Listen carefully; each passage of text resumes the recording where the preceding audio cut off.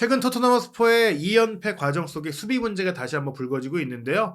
맨체스터 시티와의 경기에서는 전진 배치라든지 또 커팅 플레이라든지 혹은 블로킹까지도 좋은 평가를 받았던 에릭 다이어가 지금 이제 프리미어리그의 레전드 혹은 이제 팀 선배 선수인 지나스, 앨런 시어러 뭐 이런 그 잉글랜드 대표팀의 선배들에게 조금 이제 날선 비판을 받았어요. 사실 뭐 이런 분석 프로그램에서 지적하는 부분들이 없진 않지만 조금은 과격한 표현까지 나오고 있거든요. 그런데 그런 소리가 나올만 하죠. 특히 레스터전은 정말 뭐 그거는 그 경기는 좀 이건 수비수가 아니었기 때문에 말 그대로 그래서 나의선 비판이 나올만 했고, 저는 밀란전은 그래도 어느 정도 익스큐즈는 가능하지 않나 싶긴 하지만 물론 뭐 그것도 잘했던 아니에요.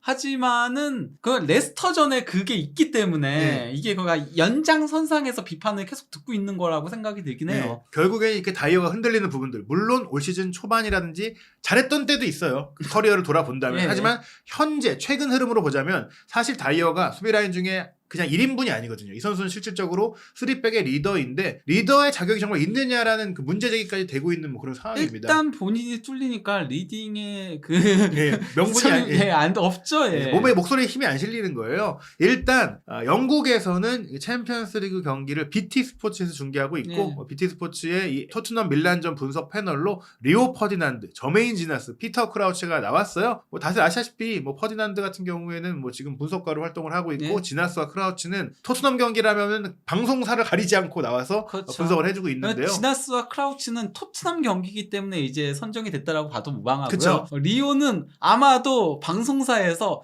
이번에는 또 토트넘 수비에서 문제 발생한다 이거 예측하고 부른 거 아닌가. 그러면 왜냐면 센터백이 나와서 이제 얘기를 해주는 게 중요하니까요. 그래서 사실 퍼디난드는 이 로메로가 테오 에르난데스와의 경험에서 이제 무너진 것에 대해서 분석을 했는데 그 부분은 사실 전술적인 부분을 크게 꼽기보다는 이제 개인 능력이었고 그 다음에 이어서 이제 지나스가 이 실점 장면에 대해서 다이어에 대해서 지적을 하게 되는데요. 일단은 로메로가 뚫리고 나서 테오가 침투했을 때 다이어가 따라왔어요. 따라온 것까지 잘했어. 근데 이 상황에서 에릭 다이어가 훨씬 더 잘했어야 했다. 그러니까 이 플레이가 좀 아쉬웠다는 건데 지금 보시면 다이어가 뛰어내려오고 있어요. 뛰어내려온 건 잘했어요. 커버해준 거니까 로메로가 뚫렸을 때. 근데 그래서 바로 이 순간에 테오가 왜 슈팅하게 그냥 내버려둔 걸까요? 라고 얘기를 해요. 실제로 이제 테오가 이거 슈팅이에요. 골대를 보고 지금 골키퍼를 보고 때렸거든요. 각이 조금 없긴 했지만 이 상황에서 반대편을 주목을 했어요. 지금은 테오가 들어왔을 때 밀란에 2명의 선수들이 침투하고 있고 특히 반대편에 완전히 프리찬스의 선수가 있었다. 그 얘기인 즉슨 사실 테오가 공을 못 빼내게 조금 더 강하게 수비를 하면서 붙어줬어야 됐다. 그런데 이 장면을 느린 장면으로 여러 번 돌려보면서 이렇게 지나서 얘기를 합니다. 다이어가 쫓아왔는데 멈칫하면서 일단 서요. 섰다가 또 가요. 그렇기 때문에 타이밍이 늦었다. 예를 들어서 서지 않고 그대로 달라붙어줘야 된다. 왜 이렇게 멈췄냐. 이게 말이 안 된다. 박스 안에서 물론 페널티킥을 내줄 수 있으니까 조심해야 된다는 건 이해를 하지만 상대 선수가 있었다. 이게 뭐냐면은 패스할 수 있는 바로 노스를 줄 수 있는 선수가 있었다는 거예요. 바깥쪽에. 반대편에. 근데 적극적으로 이걸 멈춰야 되는데 이게 패스가 안 가든 슈팅이 안 되든 뭐라도 이제 이 선수를 괴롭혀줘야 되는데 테오를 직접적으로 부딪혀줘야 되는데 다이어는 몸을 젖히고 있다. 이 얘기는 이렇게 달려들려는 게 아니라 서서 위치만 막아주려고 했다는 거예요. 이게 그러니까 저는 결국은 페널티킥을 허용할까봐 그런 거라고 보이거든요. 이게 그러니까 왜냐면 달려오고 있던 시점이라 달려오다가 이제 속도 이제 줄여야 되잖아요. 그렇죠. 줄여야 되기 때문에 이게 그러니까 결국 저는 다이어의 속도 문제에서 이 모든 게 발생한다고 생각을 해요. 김민재 선수였으면은 미리 각도를 막고 있었을 거예요. 그러니까 앞에 있었을 거예요. 근데 다이어는 달려오고 있는 중이잖아요.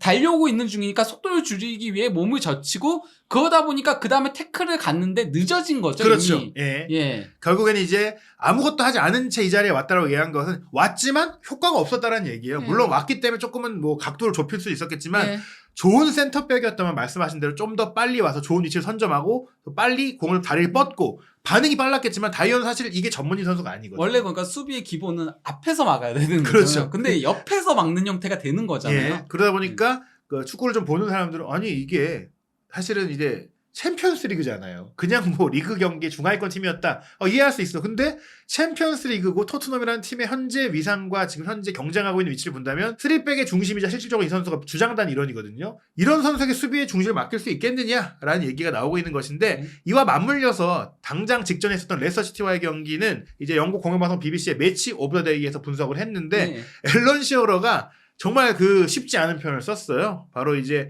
dreadful, 네, 끔찍하다, 지독하다, 너무나 못, 그러니까 거의 최악의 평가거든요, 이거는. 그러면서 로메로가 빠졌다고 하지만 이 경기 경고누적으로 빠졌잖아요. 네. 그렇다고 해도 토트넘이 레스터보다 원래 나은 팀 아니냐. 순위도 그렇고 최근 흐름도 그렇고 사실 뭐 그래요. 토트넘이 레스터에 이렇게 질 팀이 아니잖아요. 무너져서 4대1로. 근데 이날 경기 진 거는 토트넘의 수비가 끔찍했기 때문이다 라면서 다이어, 탄강과 포로라 가면서 한 명씩 분석을 해요. 네. 근데 이 중에서도 좀 많이 주목된 게 다이어입니다. 바로 똑같은 장면이 밀란전처럼 네. 나왔기 때문인데 아니 똑같은 장면 아닙니다. 이건 예. 이건 진짜 심각한 장면들이에요. 이 예. 두 개는. 예, 보면은 이제 재밌는 거 표현을 썼어요. 원 스텝 포워드, 투 스텝 백. 그러니까 앞에 올라가잖아요. 타이어도 전진해서 올라가지만 더 많이 뒤쳐져 내려온다. 그리고 한 발 올라갔으면 한 발만 내려가서 앞에서 잘라줘야 되는데 두 발 더 내려가서 아예 깊숙이 내려가 버린다. 시어러가 얘기를 해요. 다이어한테 할 말이 있습니다. 말할 게 있습니다. 다이어 여기서 더 여기 물러설 게 아니라 더 붙어줬어야 됩니다. 근데 다이어가 괜찮다. 문제 생기지 않게 물러서자. 이런 태도를 취했다는 거예요. 이게 기본적인 태도가 그렇다는 거예요. 이것도 근데 결국은 속도 때문이에요. 예. 속도가 안 되니까 예. 이게 자꾸 물러서는 수비를 하게 되는 거예요. 이해나초가 속도가 빠르니까 여기서 붙는 순간 상대가 빠져나가 버리거든요. 그렇죠. 자신이 없는 거죠, 사실상. 예, 그렇죠. 그러면 그게 중간 장면인데 여기서 사실 뒷공간이 크게 열려 있으니까 한 번은 물러설 수 있다 쳐. 근데 페널티 에어리로 진입했을 때 여긴 이제 사실 탄강가도 있고 데이비스도 있기 때문에 이 중에 한 명은 나가서 슈팅 각을 좀 더 좁혀주거나 슈팅을 자유롭게 못하게 했어야 돼요. 네. 여기서 지적이 나온 거예요. 왜냐? 지금은 사실 위치상 다이어가 그걸 해야 돼요. 가장 위쪽에 있으니까. 그리고 애초에 이아나초 앞쪽을 다이어가 커버하면서 지켜보고 있었으니까 다이어는 여기서 조금 더 강하게 붙어줬어야 된다. 그 뒷공간이 열려도 커버할 선수가 있고 패스가 와도 대응할 수가 있는데 여기서 너무나 쉽게 슈팅하도록 내버려뒀다. 네. 다리라도 뻗어야 됐다라고 얘기를 합니다. 이거는 최악의 수비죠. 예. 말 그러니까 그대로. 이게 물러선 걸 넘어서서 그냥 가만히 있었거든요. 최대한 뭐 슈팅이 자기 몸에 걸리게라도 했어야 되는데 그러지 못했다. 차라리 밀란전처럼 태클이라도 했어야 됐다는 거죠. 그쵸. 뭐 그래서 이 경험이 있어서 밀란전에는 태클이라도 했을지도 네. 몰라요. 근데 여기서 이게 이 경기의 한 장면이 아니었다. 네. 또 그랬다. 네. 메디슨이 공을 전개하는데 심투한 선수에 대해 다이어가 커버하고 있어요. 그 선수 지나갔어요. 그리고 커버한 선수 지금 다른 선수가 커버할 수 있어요. 산체스도 있고 로얄도 내려왔어요. 그러면 공을 받은 반스 누가 막아야 되냐? 여기서 다이어가 올라가서 막아야 돼요. 그렇죠. 다이어가 올라가서 막아야 되는 위치예요. 왜냐면 시야가 다이어 앞에 있으니까. 그런데 시어가 이렇게 얘기합니다. 5야드나 거리를 두고 있습니다. 이렇게 둘 게 아니라 더 가까이 들어가고 더 타이트하게 붙어줬어야죠. 그렇죠. 아니면 또 다리라도 뻗었어야죠. 근데 다이어는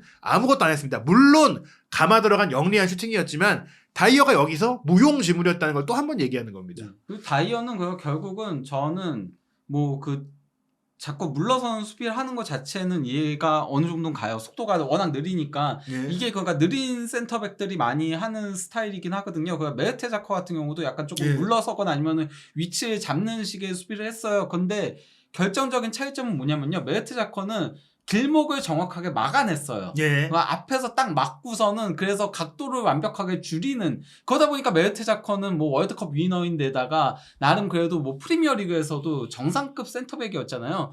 다이어는 그러지 못하는 거예요. 예. 각도를 좁히지 못하고 그리고 마지막 순간에 결국 붙여줘야 되는데 그것도 안 하고. 그게 중요한 것 같아요. 사실 네. 물러설 수도 있고 물러서는 수비가 꼭 안 좋은 것만은 아닌데 네. 마지막에 슈팅이나 크로스가 들어오는 순간에는 조금 더 괴롭혀주기 위해 달라붙어줘야 되고 수비 1대1에 자신감이 있어야 되는데 솔직히 말하면 다이어가 이런 상대 공격수를 1대1로 마주한 상태에서 자신감이 조금 없어 보이지 않느냐. 네, 지금은 특히나 더 떨어진 상태인 것 같아요. 그러다 보니까 밀란전 장면도 자신감이 있었을 때면은 조금 더 붙어줄 먼저 수 붙을 수 있었을 거예요. 근데 예. 그러다 보니까 미디 속도를 줄이게 되는 그쵸. 거죠. 예. 사실 한 발 더 갔어야 돼요. 사실 거기서 줄이기 전에 지나사 자적한 게 그거거든요. 한 발을 더 가서 줄였으면 사실 테오가 바로 다이어가 앞에 있으니까 그렇게 슈팅을 못 때렸을 거거든요. 돌아가든지 몸에 걸리든지 했을 텐데 조금 미리 속도를 줄였다 보니까 공간을 내버려두게 됐고 타이밍을 놓치게 됐다라는 거. 근데 결국 문제는 이렇게 흔들리기 시작하면 그 선수를 어떻게 믿고 경기를 하겠느냐. 지금 이제 이 장면들이 올 시즌에 계속 반복되고 있고 사실 지난 시즌에도 좀 나왔었어요. 그렇죠. 예. 이게 사실 토트넘의 수비가 안정감을 갖지 못하는 이유.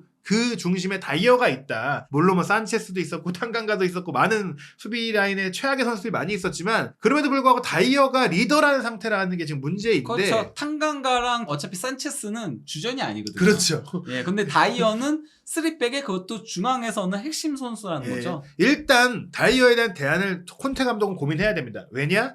밀란과 16강 2차전에 다이어가 경고 누적으로 어차피 못 돼요. 예. 많은 팬들이 이제 다이어가 빠져야 되지 않겠느냐 고민하고 랑글레서 보는 거 어떻냐 얘기도 하는데 이 경기에는 그런 대안을 고민할 수밖에 없는데 뭐 어떻게 나올 거라고 생각하시나요?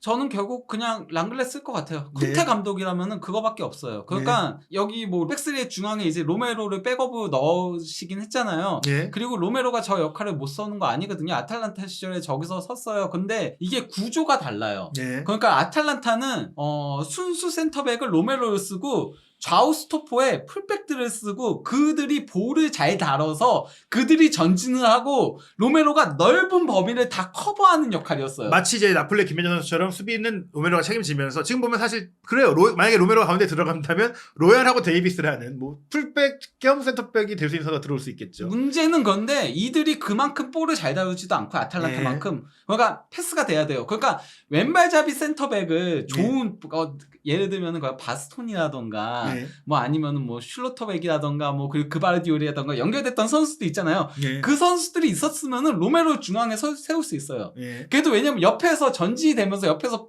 볼 배급이 되거든요. 네. 근데 데이비스랑 로얄은 그 정도 급은 아니에요. 그렇죠. 솔직히 말하면은 그게 다이어를 고집할 수밖에 없는 이유예요. 차라리 물러서는 게 낫다. 거기다가 콘테 감독은 그러니까 3백을 솔직히 말하면 콘테 감독은 센터백들로 세워요. 그렇죠. 로얄도 안 쓸 거예요. 예. 콘테 감독 스타일상 우리만의 생각이죠. 네, 예. 우리만의 생각이지 안 쓸 거기 때문에 그러면 결국 콘테 감독의 백스리의 중앙은 패스 공급처의 역할인 그렇죠. 거지 예. 수비수의 역할이 아닌 거예요. 그거는 벤 데이비스랑 로메로가 해줘야 되는 거예요. 예. 뭐 그렇다면 뭐 랑글레, 로메로, 뭐 산체스 뭐 이렇게 해도 구성할 수는 있겠지만 뭐 예를 들어서 아니 벤 산체스는 데이비스, 랑글레 그냥 로메로로 할 거예요. 예. 뭐 그렇게 네. 될 가능성이 큽니다. 어찌 됐거나 지금 뭐 산체스와 탄강가는 뭐 나오기 어렵다고 봐야 되기 때문에 다이어가 없는 상태에서는 랑글레가 결국엔 중앙을 좀 채우는 그런 형태가 되지 않을까. 랑글레가 볼 배급에 능력이 있는 센터백이기 때문에 네. 뭐 그렇게 될 것 같은데 장기적으로 봤을 때 근데 토트넘이 뭐 이런 얘기들이 있는 건 긍정적이에요. 알레스테오 골드 기자가 이적 시장 때 얘기했듯이 올 여름에는 우선순위가 센터백 보강이고 네. 그리고 한 명이 아니라 2명을 영입할 것인데 그 이유는 산체스를 매각할 것이기 때문이다. 산체스를 매각하면서 왼쪽 센터백과 오른쪽과 중앙이 가능한 센터백을 영입할 것이다라고 하는데 그 얘기는 그렇다면 사실 오른쪽엔 로메로가 있잖아요. 로메로의 백업을 살려고 하는 것이냐 아니면은 중앙까지 커버가 가능한 다이어 자리에 주전을 될 수 있는 선수를 살 것이냐 좀 어떻게 보세요? 저는 일단 왼발잡이는 무조건 살 거라고 보고요. 그렇죠. 예. 예, 왼발잡이 사고 그리고 한 명은 솔직히 조금 더 지켜봐야 된다고 생각해요. 왜냐면 콘테 감독이 다음 시즌까지 간다는 그 보장이 없잖아요. 그렇죠. 그럼 백스리를 쓸 이유도 없잖아요. 예. 지금 그가 모든 생각들을 백스리를 기반으로 생각해서 얘기를 하는 거지. 예. 예, 그게 아니면은 솔직히 백업급 데려와도 돼요. 그렇죠. 로메로와 영입하는 선수를 주전급으로 생각하고 벤 데이비스와 다른 선수를 또 그렇게 활용할 수 있는 방안으로 그러면은 유망한 센터백으로 영입할 수도 있는 거죠. 예. 다만 이제 문제는 지금 영입해 있는 선수들이나 모도지가 오는 부분들이나를 봤을 때는 3백 기반으로 팀이 구성이 돼 있다 보니까 아주 대대적인 개편이 필요할 것 같고 왜냐면 4백으로 바꾼다 치면은 그 데이비스는 풀백을 가야 되거든요. 네. 그리고 우도지는 아니죠. 뭐 데이비스도 뭐 폭백에서도 세우긴 하니까요. 그게 조금 이제 아쉽잖아요. 높이라든지. 아쉽긴 하더라도. 예.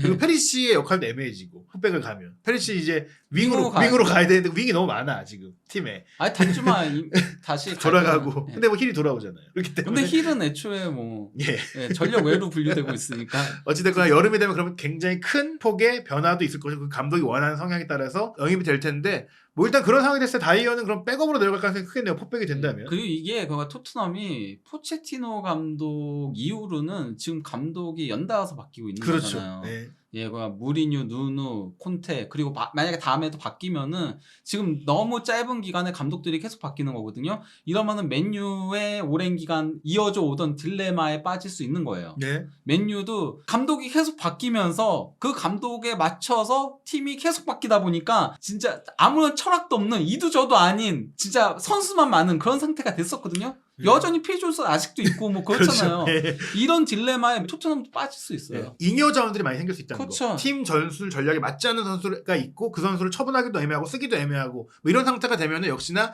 스쿼드를 효과적으로 운영하지 못한다. 이게 그리고 토트넘은 애당초 보드진들은 재미있는 축구, 공격 축구를 하고 싶어 했고 콘테 감독, 무리뉴, 누누 이 라인은 그것과는 맞지 않는 사람들이었어요. 사람들이었어요. 그 수비적인 사람들이었어요. 그렇죠. 예. 그래서 스쿼드가 솔직히 말하면 불균형해요. 예. 토트넘은. 왜냐면 이제 구단이 원하는 선수를 사고 감독이 원하는 선수도 사주다 보니까 애매한 선수들이 따로 노는 물과 기름과 같은 팀이 된 거죠. 그렇죠. 예. 그러다 보니까 토트넘의 수비 라인은 특히 수비가 안정이 돼야 되는데 공격을 원하는 팀에서 영입한 수비수와 그리고 수비를 안정하고 싶은 그 감독이 원하는 수비수 그리고 그 사이에 애매한 선수들이 짬뽕이 되면서 특히 다이어가 애매해졌다. 원래는 이 선수가 포체티노 감독 있을 때는 미드필더로 쓰였던 빌드업이 되는 미드필더였는데 이 선수가 이제 센터백으로 내려오면서 무리뉴와 그 콘테 감독은 그래도 신임을 했어요. 네. 하지만 그 신임을 했던 것도 사실은 본인들이 원하는 수준의 센터백을 못 샀기 때문에 그런 것이다. 결국 토트넘은 이 다이어 딜레마를 극복하지 못한다면 특히 다이어가 계속해서